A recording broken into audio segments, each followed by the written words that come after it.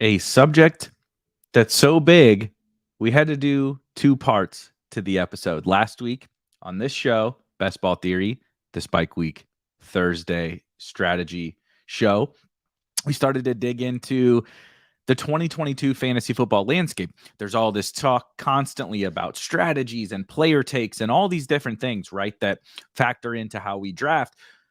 But they all come from the fact that there is a specific drafting environment, player ADPs, tier breaks, player projections, all that kind of stuff is what builds onto what builds into these strategies and player takes that we have. We talked mostly about kind of the top end of drafts.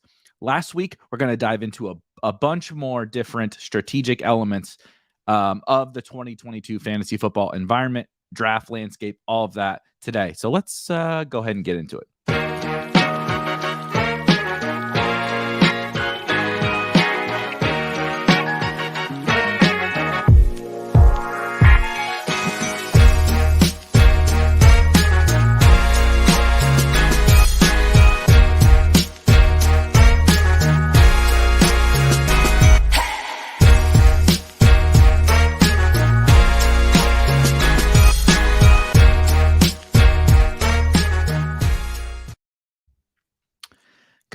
Good afternoon, good morning.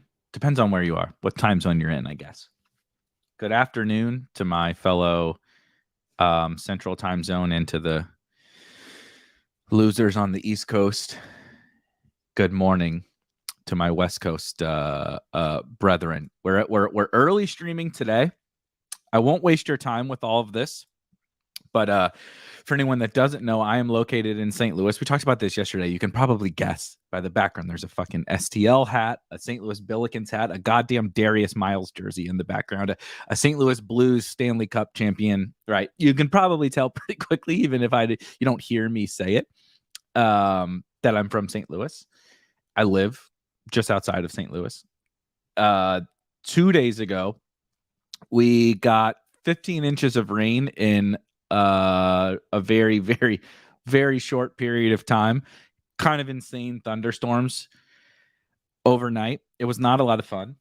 As everyone has figured out, if you've watched even like 10 minutes of one of these shows, I have two batshit crazy dogs who, despite being 75 pounds and could beat the ever living shit out of me if they wanted to, Husky Shepherd mixes, they are the biggest sissies you've ever met in your entire life when it comes to storms and fireworks. And they basically seem like the same thing to them, I'm sure, both of them.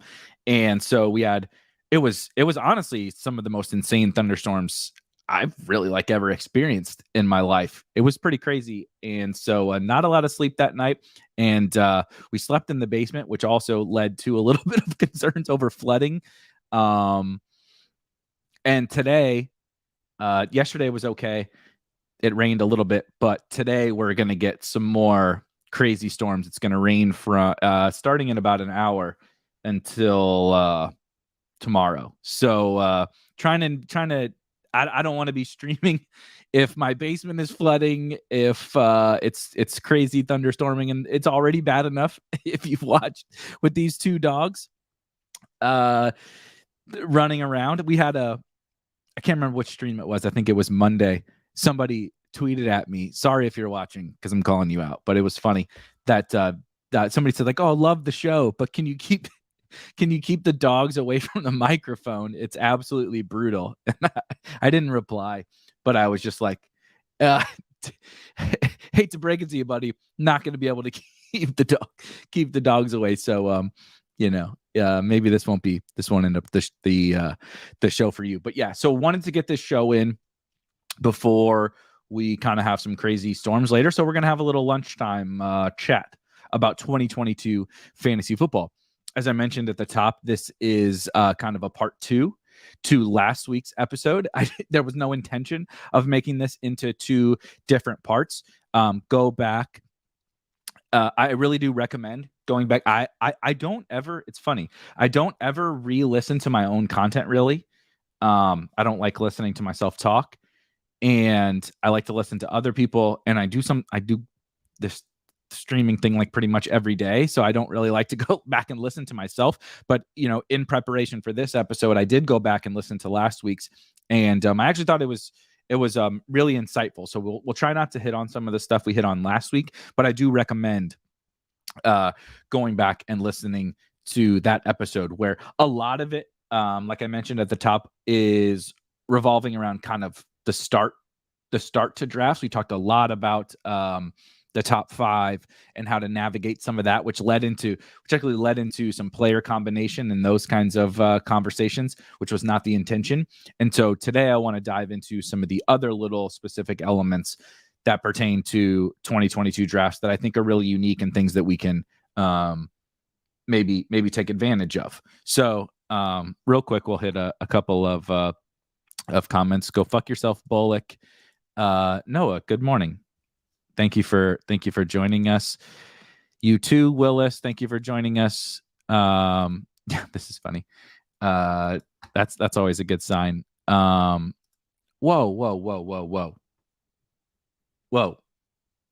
That's all I'll say. Yeah.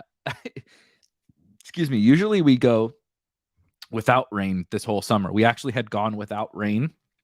Willis said, I wish it rained here. We go without rain for so long, and we went without rain for so long. It was awful. I almost said this without thinking about it, and it makes me feel like such a boomer and like such a Midwestern homeowner or whatever. But like when it's 100 degrees, 115 with humidity, the grass is dying and everything. I'm waking up in the mornings and watering the lawn and shit because it didn't rain, and now it's like overcompensating. Like we're gonna get like 1 million more inches of rain. I'm hoping. I'm just like fingers crossed my basement doesn't flood, and like the whole city flooded.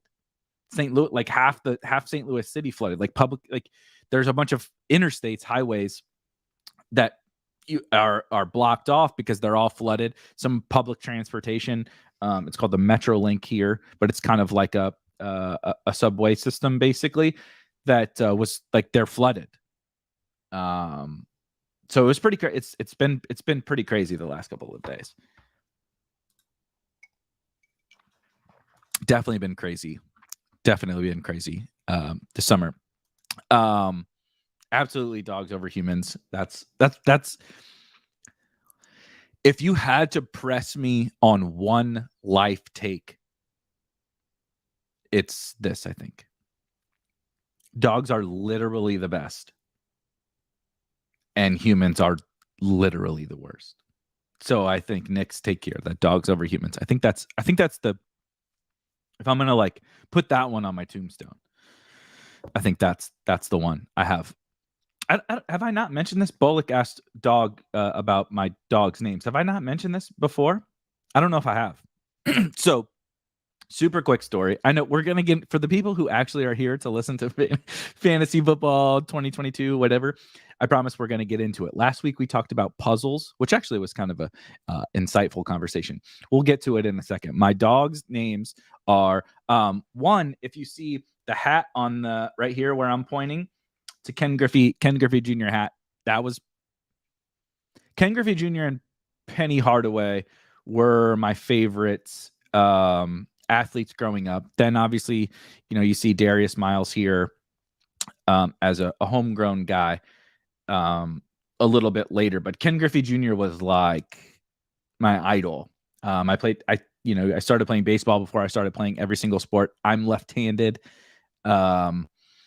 You would go play wiffle ball and stuff with your buddies and try to do the Griffey batting stance, and the Griffey swing and everything. Ken Griffey Jr. baseball on Nintendo 64 was probably the game I played the most in my life. And so when my wife and I were going to adopt a dog, we were adopting from her parents' neighbors. Their dog had puppies. Like 10 puppies or something like that. It was a bunch. And we were just going to get one, but they had we went on vacation and we were going to come back from vacation and pick up the dog. We had picked out this dog. He was going to be, Griffey was his name that we named. That is his name.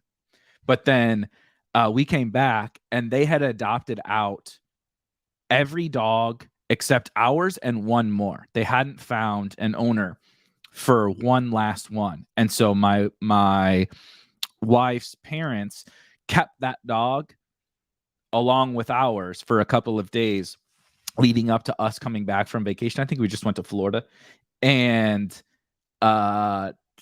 basically suckered me into taking the second dog. So that's why we have two. We have two from the same litter, which has if anyone hasn't done that before, I don't necessarily recommend it. It has its hurdles, but we ended up with two. The second one, my father-in-law named Taz, T-A-Z.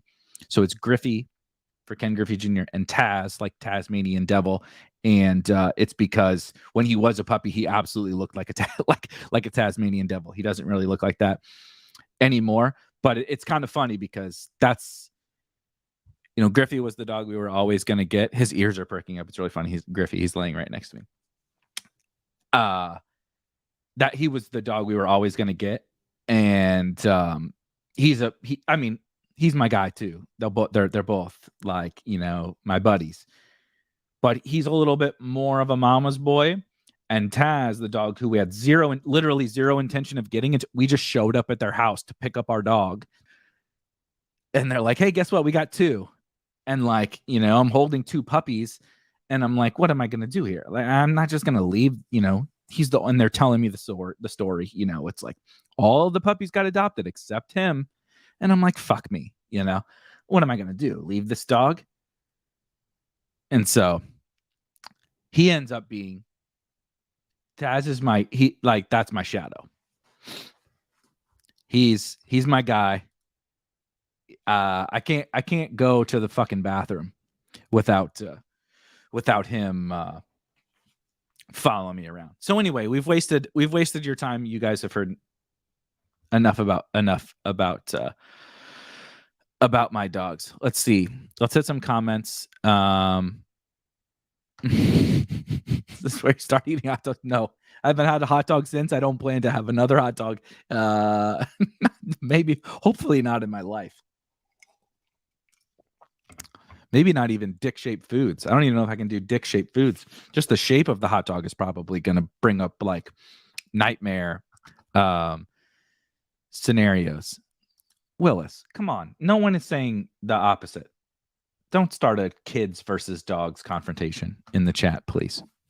I have to ban you like one of the sex bots or whatever. Yeah, this is a good point. Do dogs feel the same way? I bet for them, humans, 100% humans over dogs. That is a fact. Definitely, my dogs are my kids. I don't have any kids, so that is where I stand on that one. Definitely two dog life. I can't imagine only having one now that I have two. Not that there's no shade on only having one dog, but once you get the second one, it's like it's pretty life changing. Definitely remember Lil Penny. I've been trying. So you see this wall here is blank, right? I haven't put them up yet. I have a Penny poster over here. I have a Griffey poster.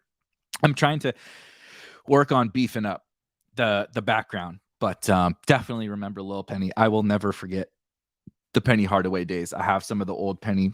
I'm a little bit of a sneakerhead, not like a crazy sneakerhead, but a little bit of a sneakerhead. I have some, old school Jordan. I grew up in that era, right? Jordans, Pennies, all that kind of stuff. So, yeah, Spike Week story time. We've wasted 15 minutes of you guys' afternoon. I appreciate you hanging out, listening to me talk about dogs instead of fantasy football. So let's dive into it, though. Last week, like I said, we talked the majority about kind of the beginning of drafts. And to recap really, really super quickly, the main part we talked about at the top was the fact that there is this top five that is like, I can't really remember.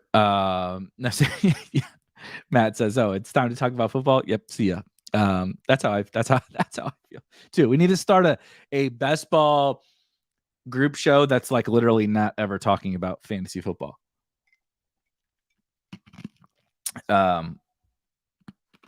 Sorry, chewing ice. Is that not what you're supposed to do.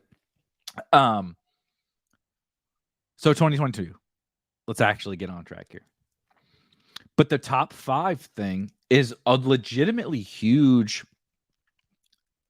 aspect to drafts, because your first several rounds can be dictated by the fact of whether you got that top 5 or you didn't get that top 5. And so yeah, exactly. We're turning into the Swolecast. The better collective brand is seeping into Spike Week. Also, this is this is closer to when the Swolecast goes live. This is not when I'm used to streaming. I still have coffee. Here, so it's I'm not in the zone from the normal afternoon or evening streams and discussions that we have. Well, ADP doesn't matter. Moderately better collective. So we talked about the top 5 thing in depth last week, and we talked about some different player combinations. Yeah, puzzles. Carlos clearly tuned in last week with the puzzles. So again, I'm sharing this. This article is kind of the guiding light, if you will, to this conversation. It's 100% free. Go to spikeweek.com.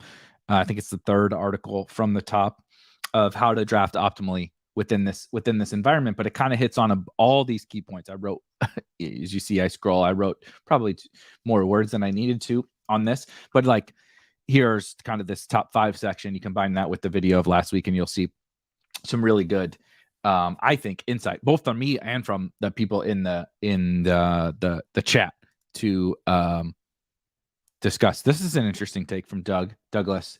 Diggs should be in the top 5 over Chase. I know we're all on Gabe Davis, but what if we're just overlooking a monster Diggs season? Taking my stance on Diggs as wide receiver 1 this year. Actually, Diggs is my 7th overall player. I have the top 5, which is for anyone kind of just getting into into drafts in 2022. You have Jonathan in no particular order. You have Jonathan Taylor, Christian McCaffrey, Cooper Kupp, Justin Jefferson, and Jamar Chase is kind of your consensus top 5. And I do believe that is the top 5. I think Doug makes a more than fair point that you still have Stephon Diggs, who last year was actually my wide receiver 1 over Devontae Adams and over Tyreek Hill. That didn't work, obviously, but it wasn't necessarily because he was like bad or anything like that. As Josh says, I like Diggs as a bounce back. He just ran kind of bad on, if he connects on a few different plays here and there, it's a totally different story. The only counter I would say to what Doug says with having him in the top 5 over Chase is if you are playing in one like redraft league or just doing one best ball draft or whatever, and Diggs is your guy, you like him as Doug does in the top 5, that's fine. Take him. If you're a best ball player, like most of the people listening to this, and like I am, I think that take is reasonable. That's not how I have it, but I do have Diggs above ADP, like in my rankings on all sites. So I'm going to get plenty of Stephon Diggs when I do a volume of drafts. Even if you do 10, 25, 50 drafts, right? You do the DraftKings just launched another 20 max tournament, $4, right? So the most you can spend in that tournament is $80. You spend $80 on your best ball teams, and you're going to get Stephon Diggs if you like him and you have him ranked like I do 7th overall. Maybe you have him above Kelsey at 6 after the top 5.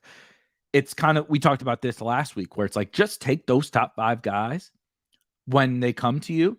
If you actually have Diggs that far ahead of ADP, you're going to get the 6th, 7th, 8th, 9th, whatever pick a lot more than you're going to get, right? Any individual top 5 pick. So you're going to be overweight Stephon Diggs from having him there. And that is what has happened to me.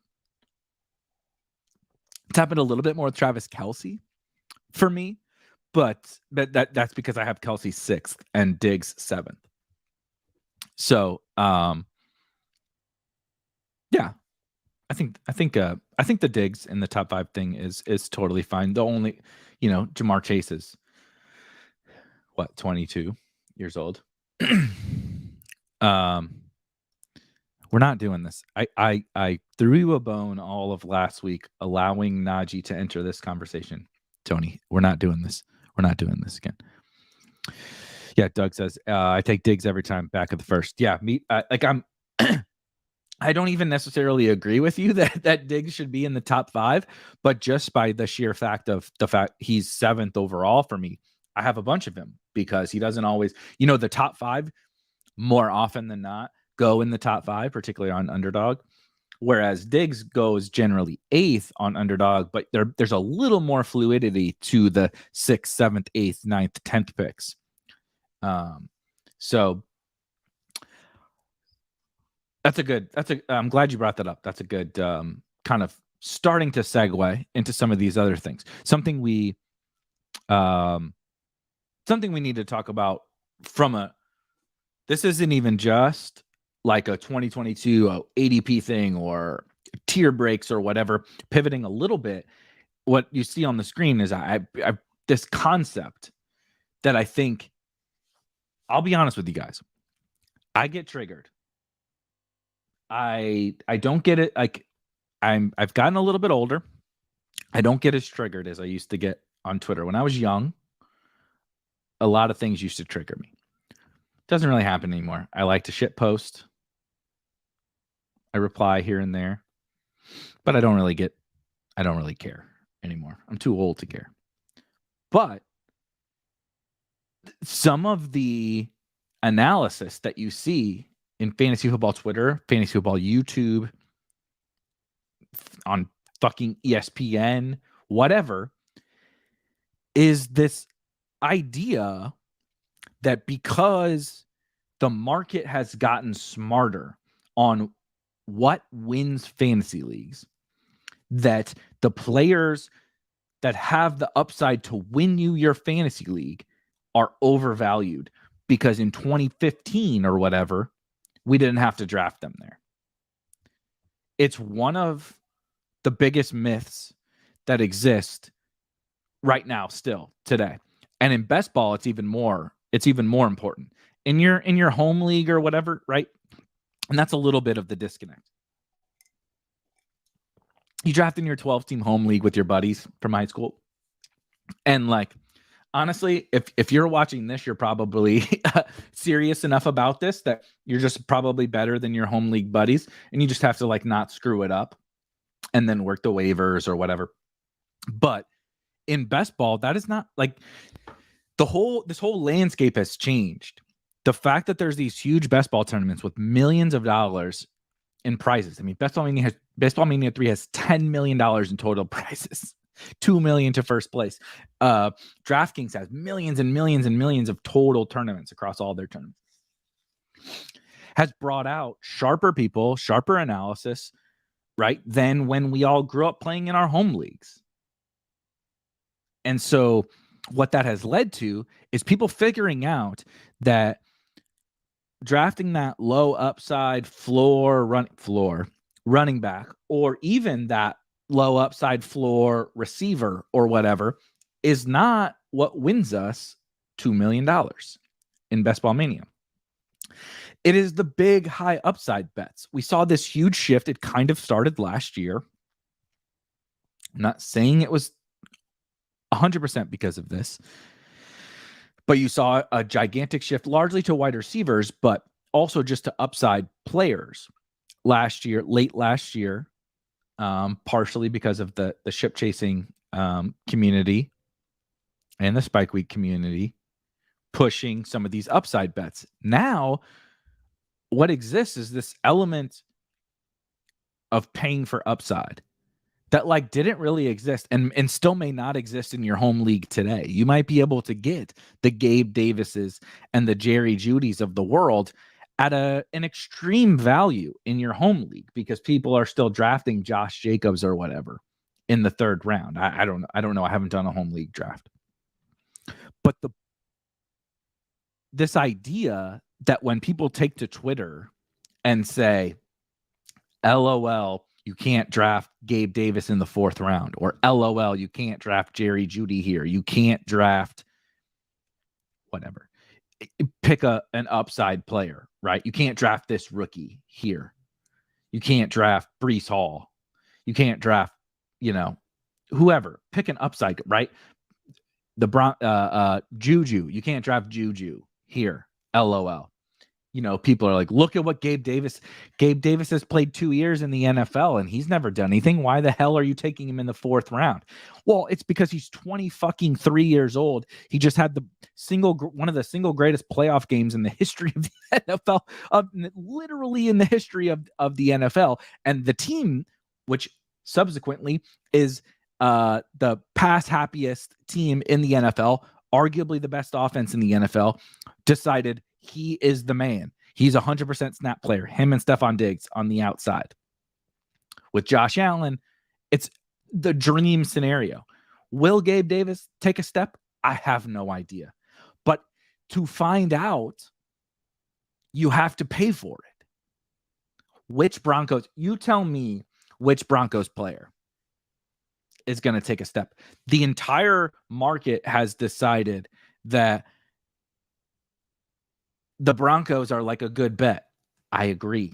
Go check out the Spike Week rankings. Go to spikeweek.com and check out the rankings and see that basically every Broncos player is ahead of ADP. I think even Tim Patrick, which is kind of crazy.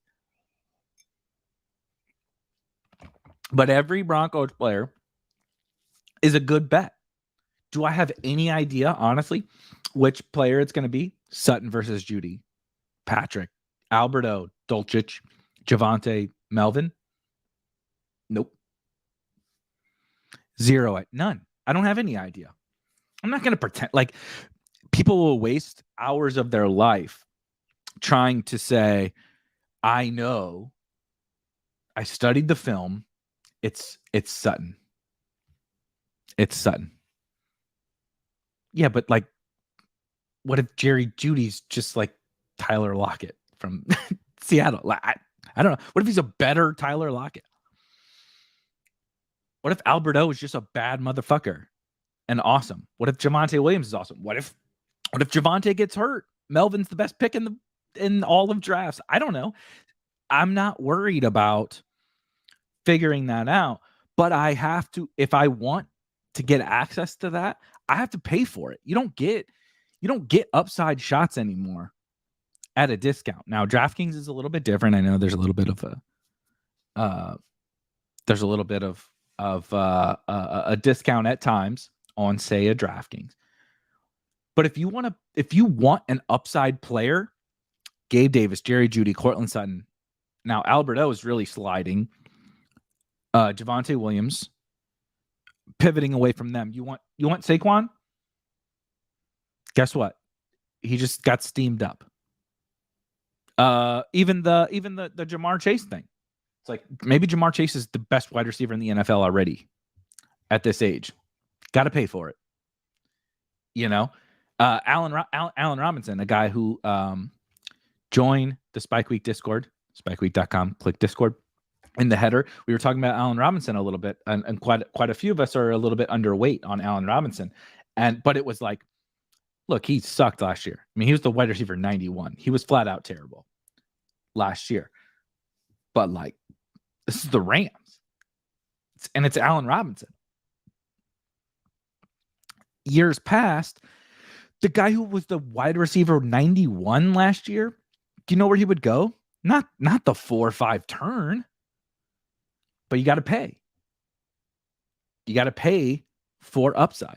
So you need to know going into drafts, point blank period, that this premise of like, damn, that dude is going at this price. He's never been good before. But it's because his profile is such that he could be the Cooper Kupp, right? Or whatever. The Cooper Kupp or the Jamar Chase or the Jonathan Taylor. He could be that guy, the Mark Andrews, right? Kyle Pitts caught 60 balls and scored 1 touchdown last year. Now, he had 1,000 yards, but he caught 60 balls and scored 1 touchdown last year. Why the hell does he go in the early 3rd round? if we're using 2015 logic. You're like, I'm not drafting that dude. Marcus Mariota is his quarterback. Well, it's because his upside is like that we're drafting him where we're drafting Travis Kelce now next year. And imagine if they get, Bryce Young or something like that. They get one of these quarterbacks in next year's draft.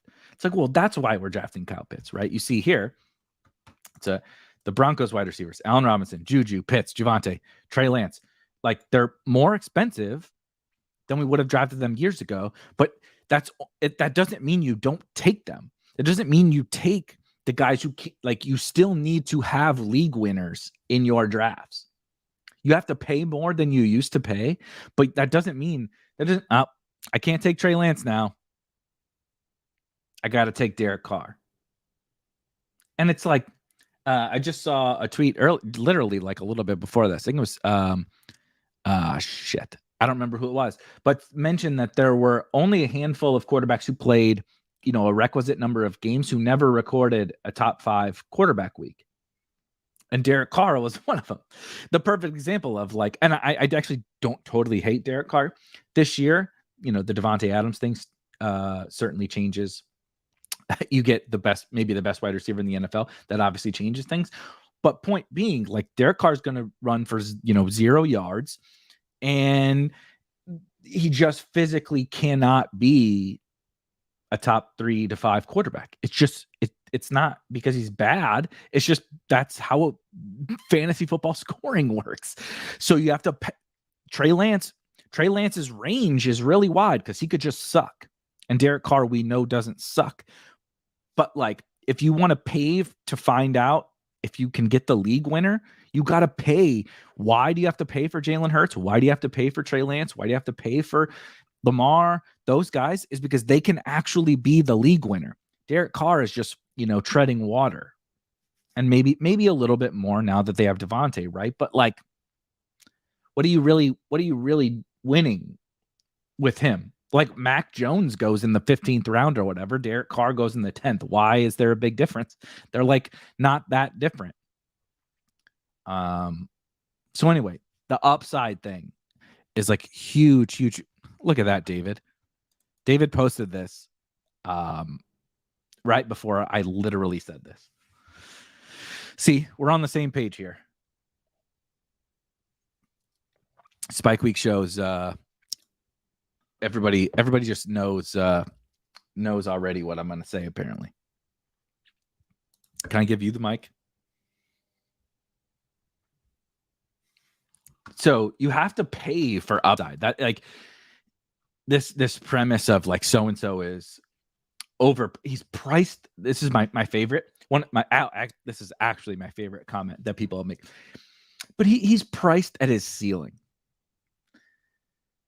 Like, what the fuck does that even mean? What do you mean he's priced at his ceiling? Was Cooper Kupp priced at his ceiling? Was Jamar Chase? Was Jonathan Taylor? Was Mark Andrews? No. The point is, you don't know what their ceiling is. That's why we draft them. We identify the upside archetypes and we draft them because their range is so, we actually don't know how wide their range is. That's why you draft those guys. You don't price that their ceiling. What do you mean? If, like, let's use Gabe. If Stephon Diggs, I agree with Douglas. I like Stephon Diggs. Like I said, he's my 7th overall player. I'm on him. But if Stephon Diggs, if the efficiency thing was actually like maybe he's declining a little bit. He is getting a little bit older. I'm not saying he's declining. I'm saying, what if he's declining and Gabe is improving? And it's more of a 1A, 1B situation. Next year, Gabe is not priced at his ceiling. We're going to be taking him. Where are we going to be taking? If Gabe takes a step forward, Diggs takes a step back, where are we going to be taking these guys next year? Of course, he's not at his priced at his ceiling. I don't even know what the fuck that means. The Broncos, are the Broncos wide receivers priced at their ceiling? 4th, 5th round picks. Just in recent years, we were drafting DK Metcalf and Tyler Lockett before this. So I don't really think it's possible that those guys are priced at their ceiling. Again, to the Gabe thing, we used to draft multiple Chiefs in the first round. We used to draft Tyreek Hill and Travis Kelce in the first round, and we took CEH or Damian Williams, and we took McColl at a certain level. So, like, these guys are not priced at their ceiling, but we just now have to pay to get that ceiling. We don't get that in the 8th round anymore. Yeah, exactly. Was Cup? We drafted Cup in the 4th round last year. I remember my very first, my first BBM team of last year, Best Ball Mania 2, was a Ram stack. I took, which is funny because he fell. I got bad value on multiple running backs. It was a hyper fragile team with, I believe, JT. I'm going to screw up the exact running backs. I know JT and Miles Sanders were on it, but then I had Stafford, Cup, Higbee, and I think Henderson. So like I onslaughted the Rams or whatever. But I just like got Cup right, JT right. It didn't have Mark Andrews. I don't remember exactly. But like I said, it was a hyper fragile team. I drafted Cooper Kupp in the 6th round to start last year. He settled in at that 3-4 turn or whatever. But, was he priced at his ceiling? Of course not. Of course not. Because we don't know what their ceilings are. Let's see.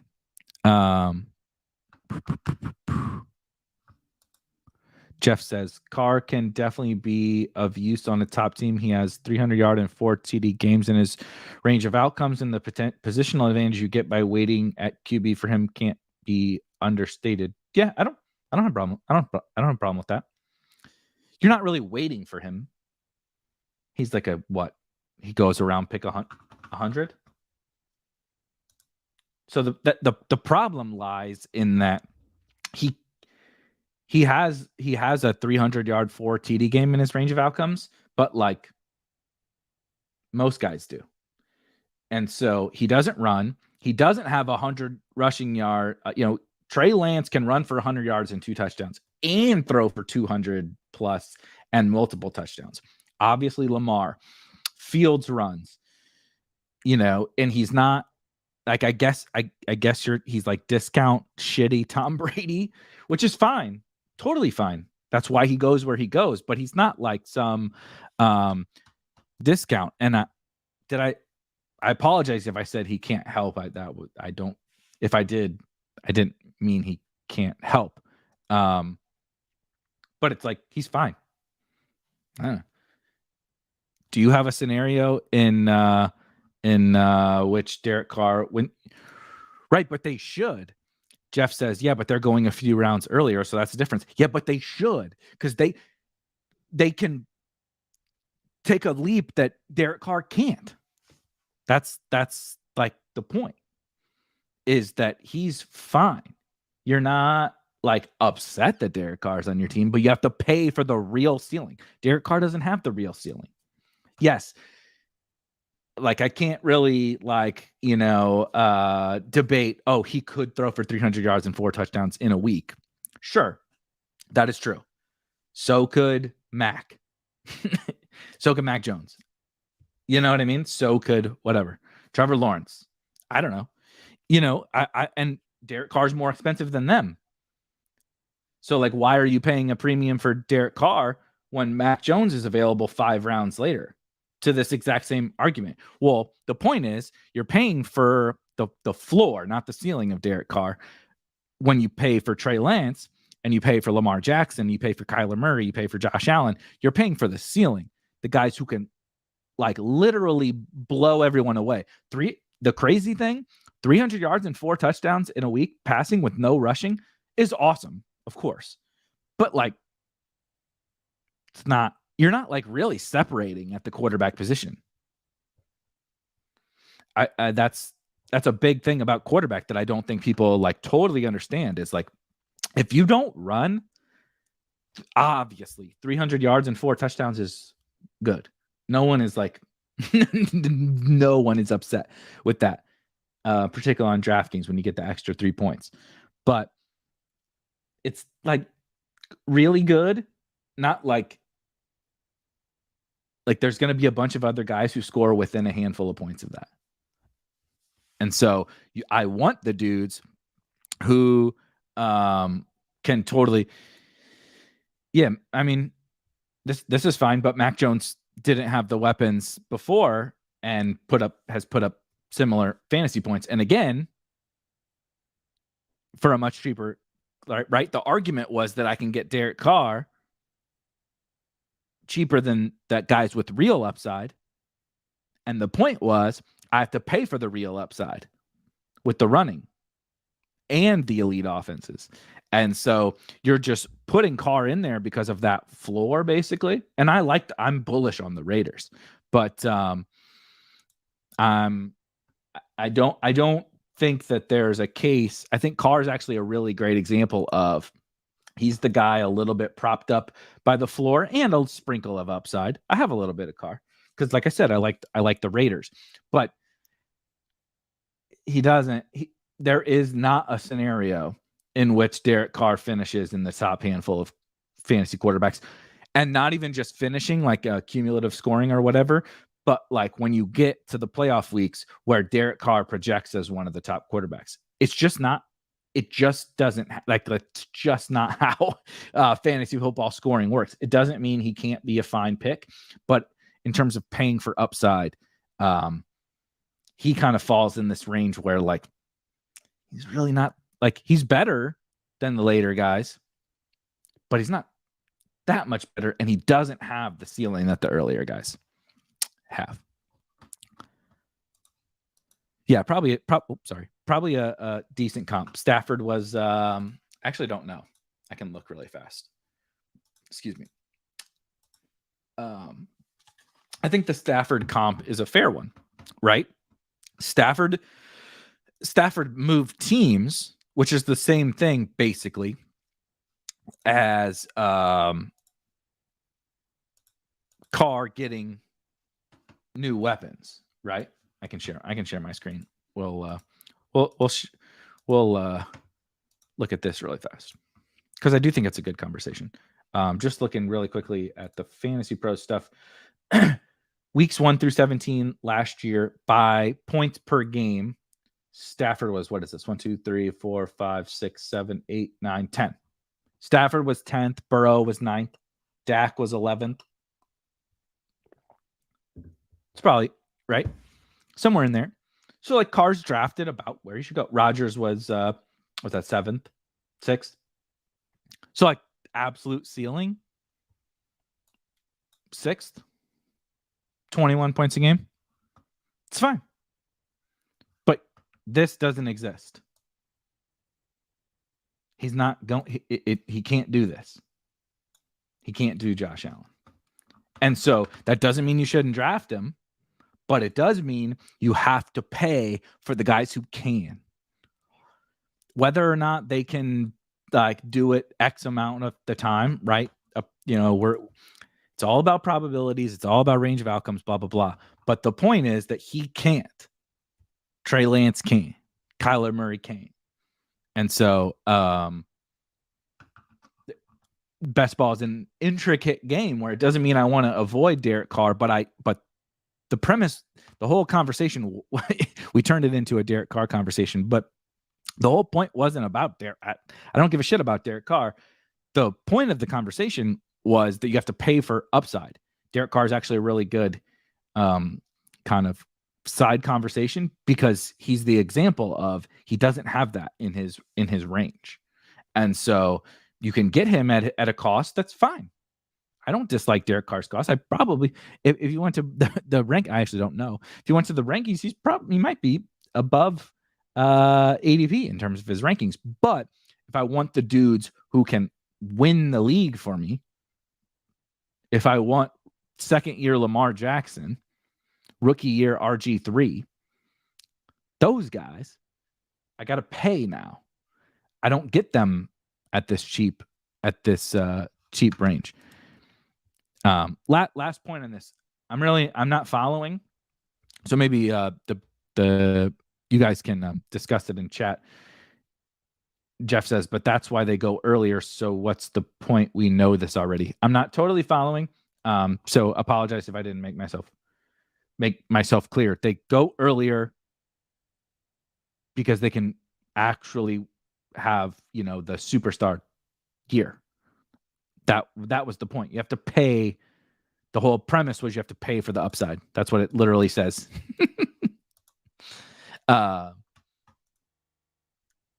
So like getting a guy who can't win you the league cheaper is fine, but he can't win you the league. You do need people that can win you the league, right? If you stockpile your team with a bunch of Brandon Cooks and Derek Carr and those types, you are just building this floor that can't win the league. Like, congratulations, you finished 5th. Which in best ball, as you see on the screen, we're talking about best ball specifically, the ceiling is the most important. I'm trying to win $2 million. So the ceiling, I have to pay for the upside, and I want to pay for that upside. It's a very important aspect of the best ball game.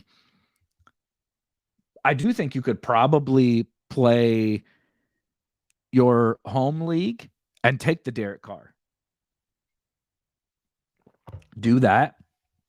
Probably if I had to totally backdoor this for your home league, I would smash a bunch of the superstar wide receivers and then maybe hit the Kareem Hunts and Ramondres or whatever, and then take Derek Carr and then take another flyer on a quarterback in my home league, and I would probably win because Carr does provide. I just don't really have to worry about Derek Carr very much. He's going to get me 10 to 20, 25 in an upside scenario, right? The 304, as was outlined, is his upside. So that's a little more than that, but you get the point. He's never really going to be awful. He's not, Jacoby Brissett or whatever. He's never going to be awful. So I'll just book that in, and I only have to beat one person every single week because it's matchups. But in best ball, that's not how this game works. And so the upside thing is important. Let's move on from the upside. This is what happened last week. We talked about puzzles and all this stuff.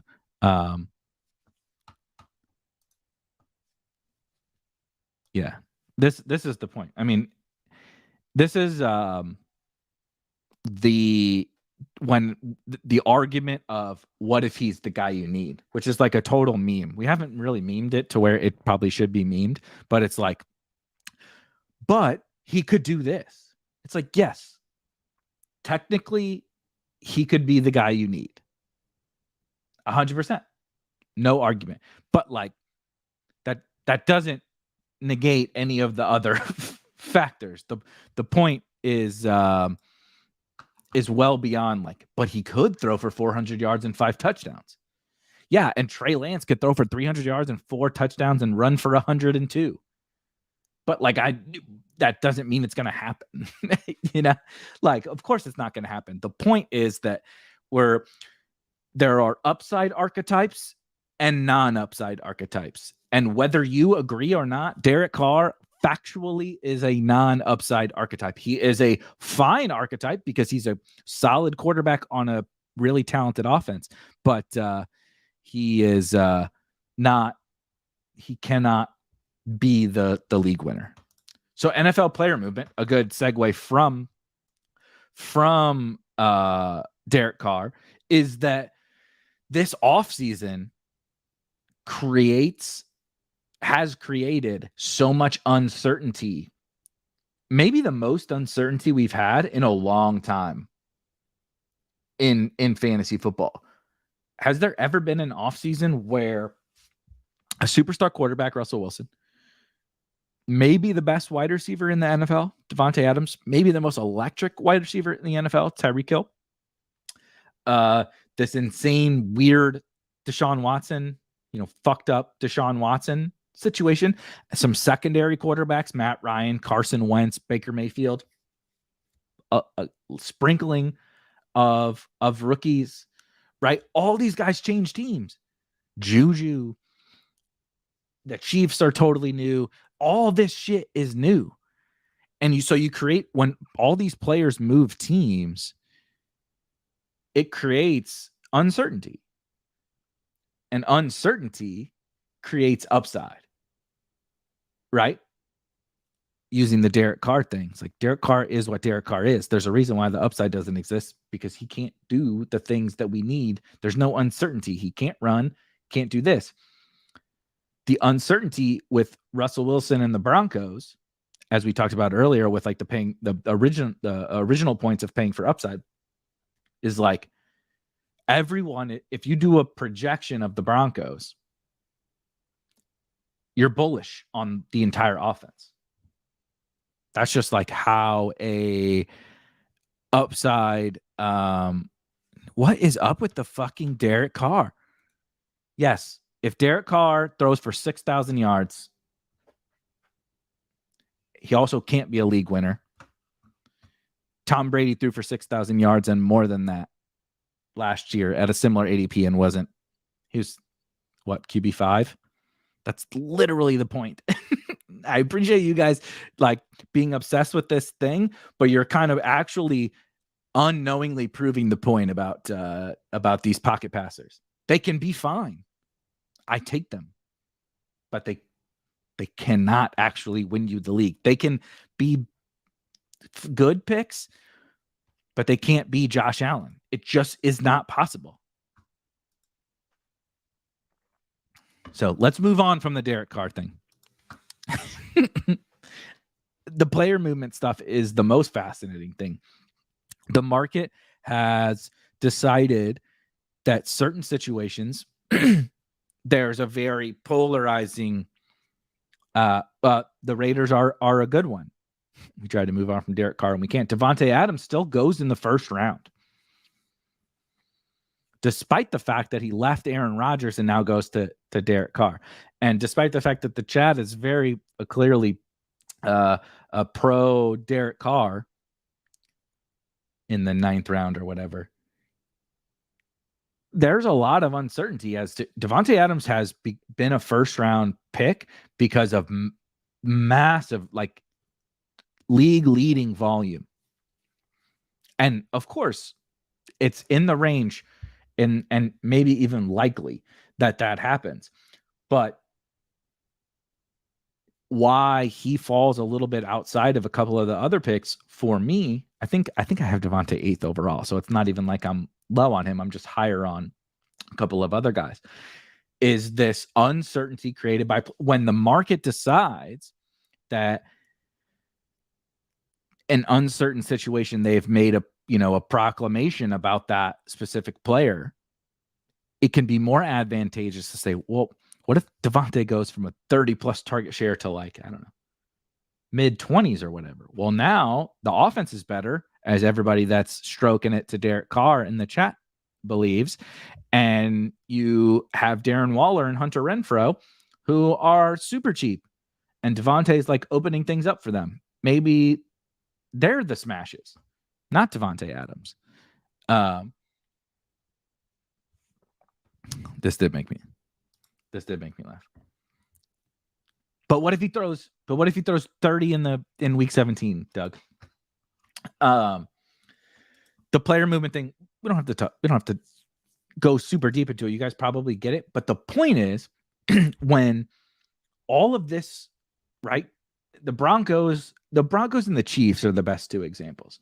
The Broncos didn't have a bunch of player movement, but they turned Drew Lock into Russell Wilson, which is like one of the most absurd upgrades ever.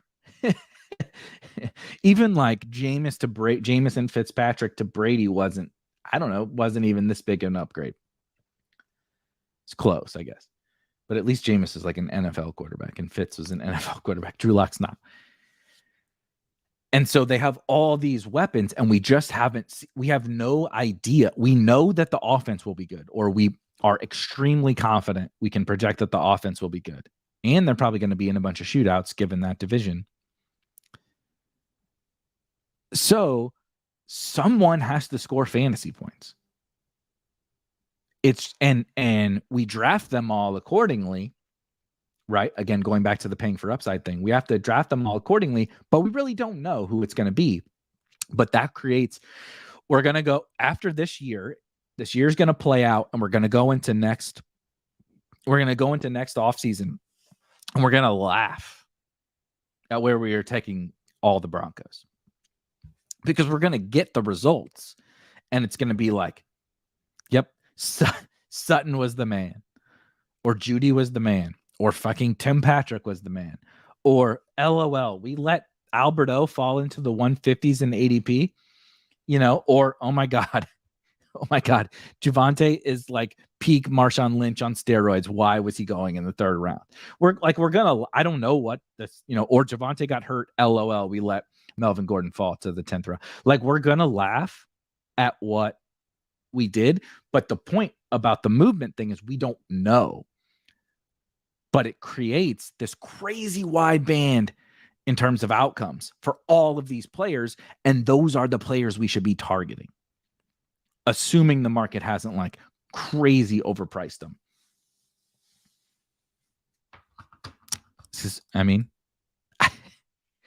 I'm not allowed to.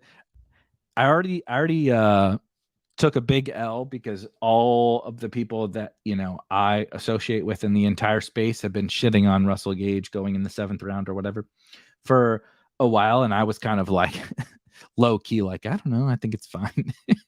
and everybody shits on Tim Patrick. And I'm like, I don't know. I think he's fine. So I'm just going to keep my mouth shut on this. I mean, I think this is true. Like, what if everybody's like, I don't know if it's Sutton or Judy or Alberto. Everybody has questions about Alberto. Everybody has questions about Sutton versus Judy. What if it's just Tim Patrick and KJ Hamler that are better? Like, that's in the range of outcomes.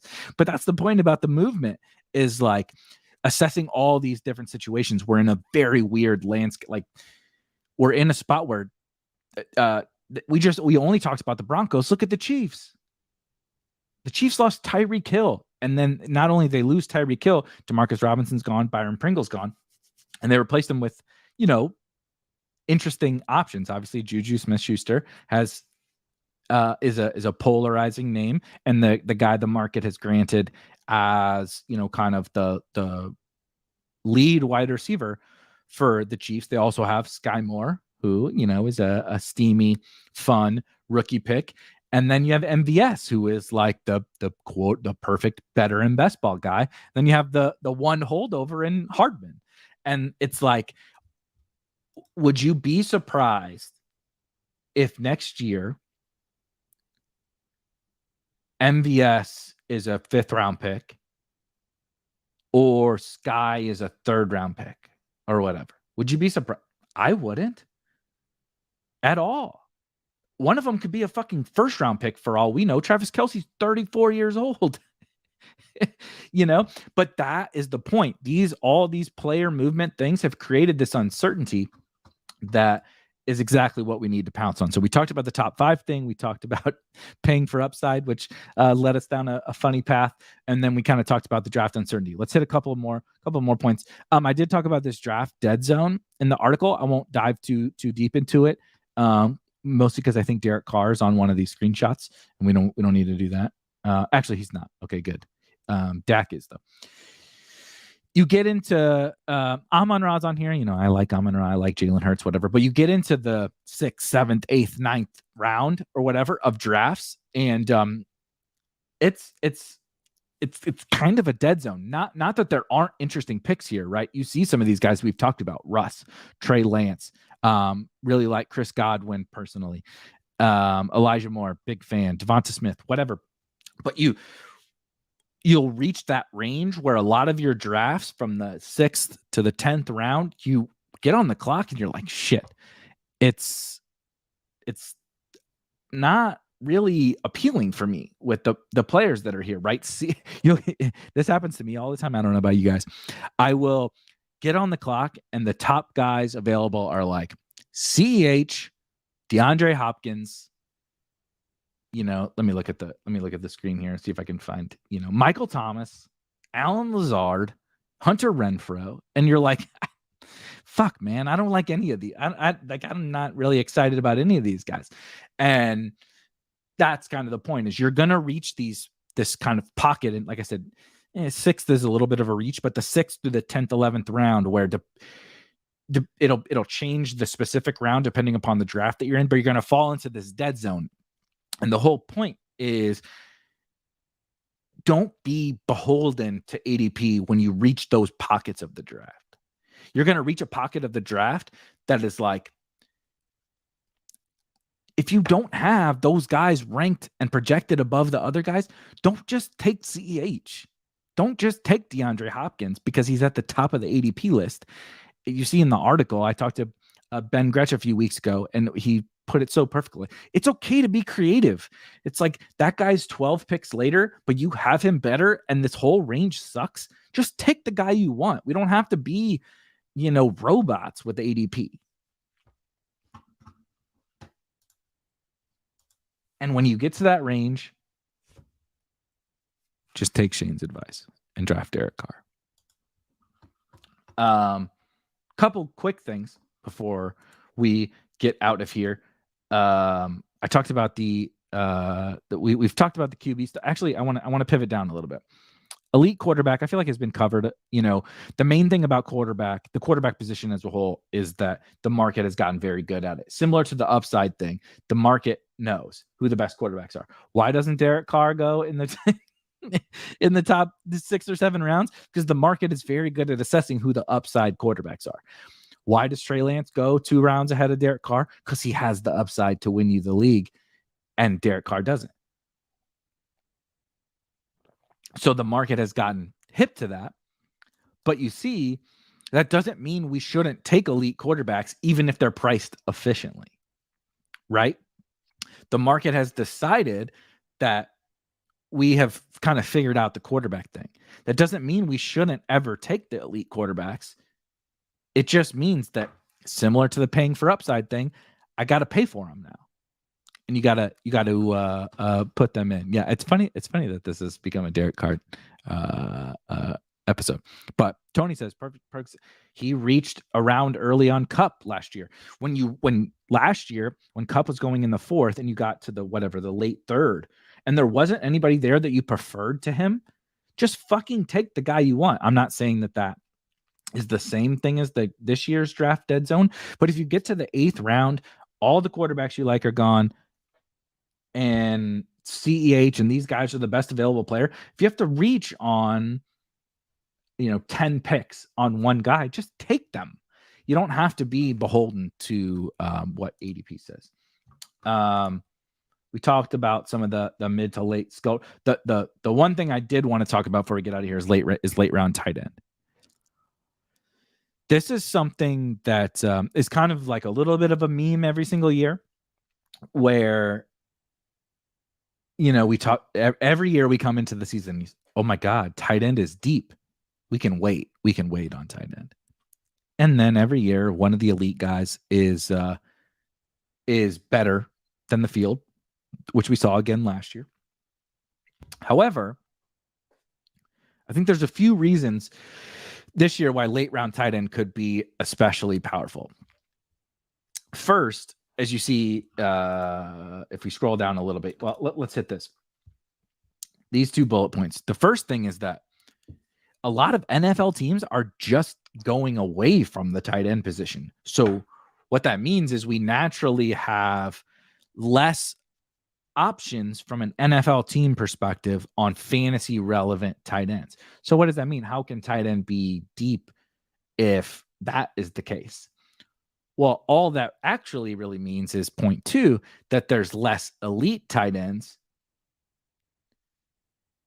If there's less elite tight ends, it creates less of a roadblock for us with the late round tight ends. We may not necessarily hit more on the later tight ends, but there's more potential in hitting relative to the early round tight ends, right? Because there's only a few. You see here, look, Travis Kelce, I love Travis Kelce. I don't have a problem with any of these guys. Travis Kelce is I have a ton of Travis Kelce. He's old as shit, and he goes in the first round, not second round, not third round. He goes in the first round. You have to take him very, very, very early as a 34-year-old football player. I'm not saying he's going to fall off, and God, I hope not, because I've drafted him a bunch. But you just never know when a 34-year-old is going to fall off the cliff. Mark Andrews has been pushed up to the second round because of a lot of circumstances that are not going to happen again this year. The Ravens' entire defensive secondary got hurt. Lamar Jackson got hurt. All of their running backs got hurt. They were an absolute train wreck. I found this on the web. Siri is literally looking up Lamar Jackson news for me on my watch. I don't know if you heard that. There's never been a clearer. I have literally not drafted Mark Andrews yet in hundreds of best ball drafts. Kyle Pitts, love him. Smashing the ever living shit out of Kyle Pitts. Absolutely. Yeah, exactly. Shut up. She's looking up Lamar Jackson articles for me. I love Kyle Pitts. He's on the Falcons, who might be the worst team in the NFL and have Marcus Mariota and Desmond Ridder as their quarterbacks. I'm still drafting him, but we would be ignorant and stubborn to say there aren't some small issues with Kyle Pitts. Then you have Kittle and Waller. We just talked about the Raiders for way too fucking long on this show. And Devontae Adams is there and Hunter Renfrow is there. Waller has been kind of just a counting stat player with the occasional spike, which is good. But if Devontae Adams is in town now, what kind of target share can Waller actually get? Same thing with Kittle. Trey Lance is there. Debo's in theory coming back. Ayuk is there. They're going to run. They're only going to throw it 30 times a game or whatever. How much can Kittle actually do? So you have very few of the right. And then Hawkinson, Goddard, whatever. You have very few of these guys that can actually prohibit the late round tight ends from being impactful. And so the benefit to hitting on a or multiple late round tight ends, or not even just hitting on the late round tight end, but just treading water, right? You're Noah Fant, Gerald Everett, Hunter Henry, Robert Tonyan, Evan Ingram, Hayden Hurst, David Njoku. Those guys, of course you want the breakout. But even if they don't, there's an easier path now to them treading water and you being fine. And then if they just tread water at the position, you smash everybody else at the other positions, right? You drafted Justin Jefferson in the first round. Somebody drafted Travis Kelce. Or you drafted Saquon Barkley in the second round. They drafted Mark Andrews, right? Et cetera, et cetera. And you spent a 15th, 17th, and an 18th round pick on tight ends. And you were right there with most of the field. That is a huge advantage. You can get your superstar quarterback in Derek Carr. You can get your your elite running back if you want to dip into the elite running backs. You can get whatever you want if you push tight end. And I do think it's a big deal this year that is maybe not really being talked about enough, is the potential for late round tight end. All right. The storms, they are coming. They are coming here. I appreciate you guys hanging out with me for an early episode. We'll be back hopefully next week with more of an on schedule best ball theory episode. I will be back tomorrow. We're going to draft tomorrow. I don't think it's a crazy one, but we'll be back tomorrow drafting a best ball team. And everybody else, enjoy the rest of your afternoon. Hopefully my basement doesn't flood.